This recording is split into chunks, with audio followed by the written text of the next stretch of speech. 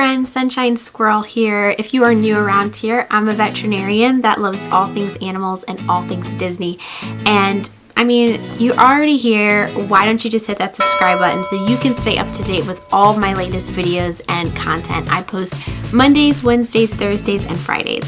So without further ado, let's get into the video. In today's video, we're going to be talking about a topic that can be a little bit controversial depending upon your viewpoint and your take on this subject. But it's something that I think is really important, and it's definitely something that I want to be a discussion.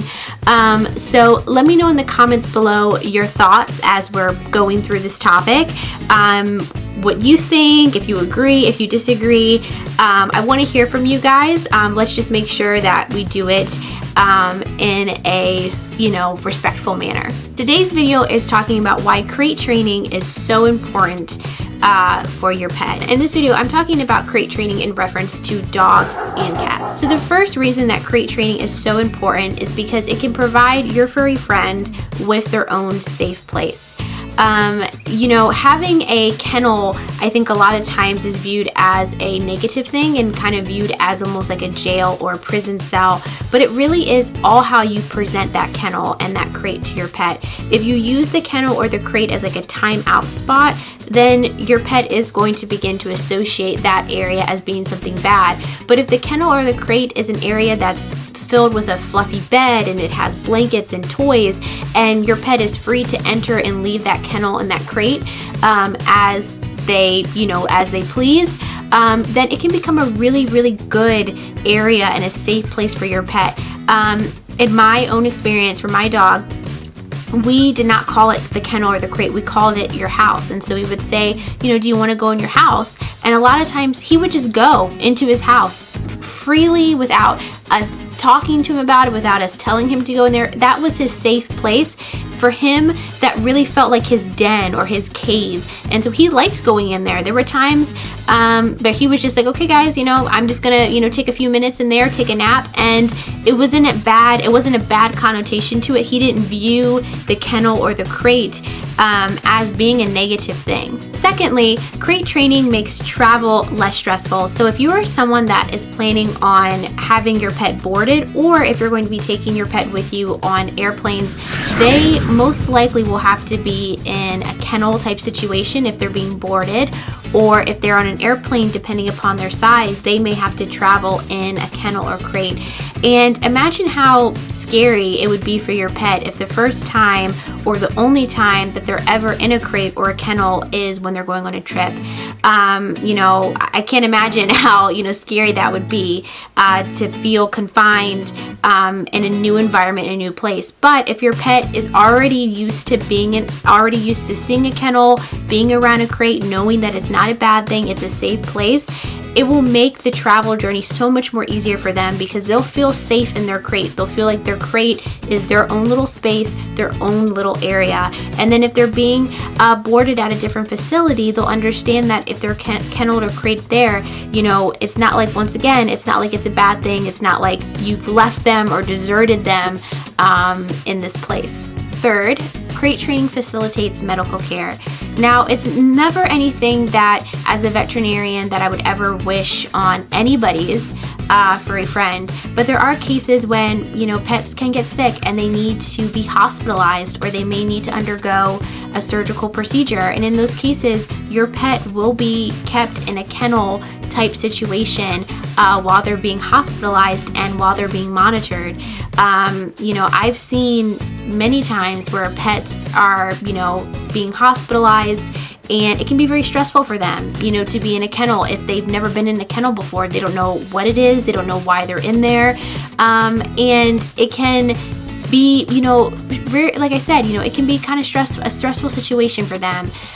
It makes me sad because you can always tell the pets that have no experience being in a kennel versus those that do have that experience. So even if it's just every now and then, getting your pet used to the idea of being in the kennel is okay, nothing bad is going to happen, is really, really helpful to not only the medical team that could potentially one day have to work with you and your pet, but also for your pet, so that if they are ever recovering from a procedure or being hospitalized, the stress and anxiety won't inhibit their recovery or prevent them from getting better. It won't add to what it won't potentially add to what they're already going through. Number 4, crate training can actually keep your pet safe. So there are times and situations where having your pet in a crate is actually a good idea, especially depending upon if you are staying at a friend's house and they have pets there, or family's house, and the pets don't get along. Having one pet in a crate is a sure way to keep the pet safe. I think a lot of times people will say, well, we'll just keep one pet, in a separate room, or one pet upstairs. There's so many times when something happens, when someone leaves a door open, a pet gets out, and especially if you are the type of person that, and with some pets, when their owners aren't home, they can become very bored, or they can have separation anxiety and get into some serious trouble and potentially harmful situations. Some pets, can chew through electrical cords and can go through the garbage and potentially eat food that is toxic. And so crate training is definitely something that I think is a case-by-case basis in regards to having your pet crated or kenneled while you are not home. And of course, if a pet is being kenneled, that you need to make sure that they have water, and that it's not for an excessively amount of time. I'm not telling you to keep your pet crated for hours upon hours, but if you do need to go out for a little bit, and if it would be safer for your pet to be in a kennel or a crate, then that may be the best thing for them. And number 5, and this is the most important point that I'm going to mention, is crate training should always be fun. At any time when you're doing crate training with your pet, whether they're a puppy or an adult, if they start getting very anxious, very upset, very worrisome, take a break, take a minute, and then regroup. Crate training should never be the type of situation where it becomes, like I said, the crate and the kennel should never be something that becomes a negative aspect in your dog's life, or becomes something that your dog views as punishment or negativity.